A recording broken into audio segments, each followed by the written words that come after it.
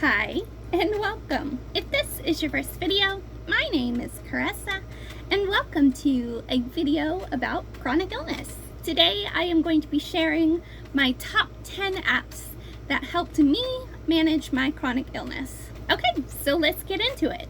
My number one app, my holy grail, so to speak, is mySymptoms. mySymptoms is basically a tracking app. Here is a list of everything that you can track on it. Basically, anything that you might want to track, you can track. Obviously, as with any app, this app is really customizable in that you can use it as much or as little as you want. Here I have an example of a day for me back in 2020. If you want to leave some mystery between us, maybe don't read it too closely. There are lots of food, exercise, and symptom trackers out there. The reason I picked mySymptom is really threefold. One of the reasons I picked mySymptoms is I had access to all the features that I wanted in the free version of the app. Two other reasons I picked mySymptoms is that it didn't track calories. I really did not want a calorie tracker. And the last reason I picked mySymptoms is I was able to input my own food, input my own exercise. I didn't have to pick from a pre-selected list. I basically wanted to do it all myself so that I had the option to customize it as much or as little as I wanted. So if that sounds like something you're looking for, I definitely recommend it. My number two app is something you may not expect, and that is MyLogs. MyLogs is basically just a very simple logbook. You can sort the logs by categories, and I use the logbook basically to input anything extra that I wouldn't put in my symptom tracker. If I needed a little more eloquence when talking about my symptoms, I could use the logbook for that. I could log my feelings at any given point, and the other major thing I use the logbook to do is to log everything that I was doing as I was doing it, and everything that I was watching as I was watching it. That may kind of seem like overkill, but it is so easy to lose time when you are sick and you don't feel well. And logging the things that I was doing as well as the things that I was watching gave me a concrete idea of what I had accomplished that day and helped me do more the next day. Here's an example of a day when I logged symptoms and I had a lot going on. I'll be completely honest with you, there are lots of ways to log what you're doing, but having an app where it was so simple to log things made me 3 or 4 times more likely to actually log them. Next, we have My Therapy. This one's really simple. It's just an app where you can input your medications, your supplements, and then what time you take them. You get a reminder every time you take them, and you keep a record of when you have taken your medicine. And you're able to add as needed medications, whether it's prescription or over the counter. I cannot tell you how much easier this app has made my life. It not only reminds me to take my medication and keeps track of all the times I've taken medication, but also it serves as a condensed list of everything that I take. When I go into a new doctor's office and they need a list of my medications, I'm able to pull up a list, show it to them, medication amounts, medication brands, all of that. Because let's be honest, micrograms, milligrams, it all kind of blurs together when you're talking about more than one thing. This one might seem a little redundant, but I also use Evernote. Evernote is a note-taking app where you can have different notebooks or categories, and I keep all my summaries of doctor's appointments on Evernote, as well as being able to keep track of the things I want to talk about prior to a doctor's appointment.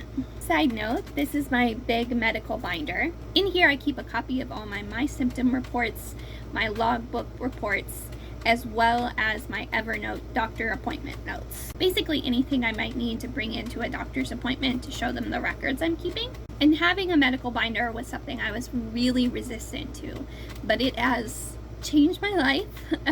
It has made me so much better. So if you want a video with more details on this and maybe like how to get your medical records or something like that, let me know because I can do that.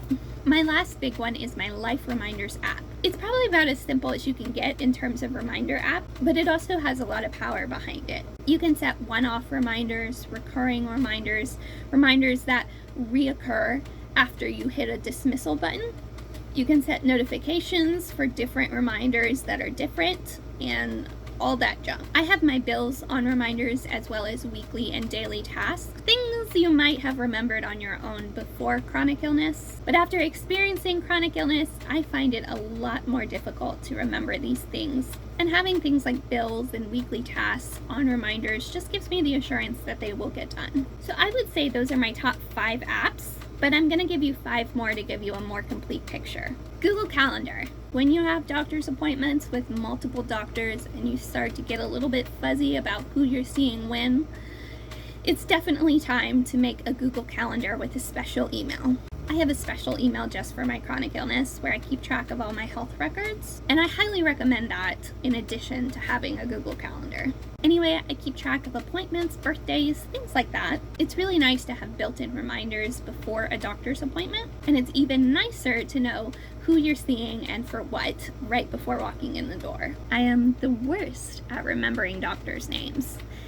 So this helps me a lot. Next, I have a Fitbit. The Fitbit app is pretty powerful. There's a lot of tracking prowess involved. However, I mostly use it for the sleep and exercise tracking it does automatically. It's been really helpful in realizing the scope of my sleep apnea, as well as just like sort of keeping track of how I'm doing with that. Next, I actually recommend the CVS app. The CVS app is not always 100% accurate or the most up to date, but it is a worthwhile download. When you have multiple medications on different schedules, it can give you a pretty good idea of when you're supposed to pick something up, and it also can give you an idea of when you're going to need to call your doctor for a refill. The last 2 apps are specifically to help me with my celiac disease. So if you don't have issues with gluten, this might not be for you. Long story short, I have the gluten-free scanner and the Find Me Gluten-Free app.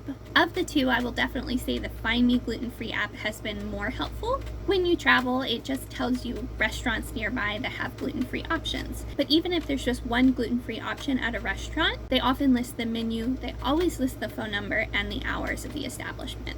So you can call ahead and ask them about it. Some of it does take a little emotional intelligence.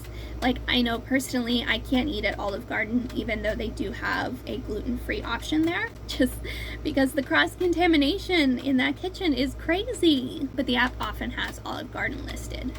That being said, it is the most helpful app I have found for traveling. I don't think I could travel without it.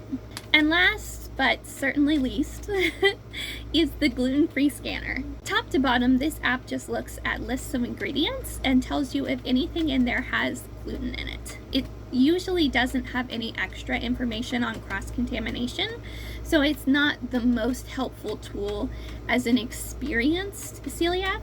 I got all twisted up about the way I said that, but I'm gonna go with it. But when you're first starting out, you may not know that certain things have gluten in them. For example, soy sauce has gluten in it, and you might not know that intuitively, so it can be a nice tool to help you with that. So yes, that is my list of 10 apps that I use to manage my chronic illness.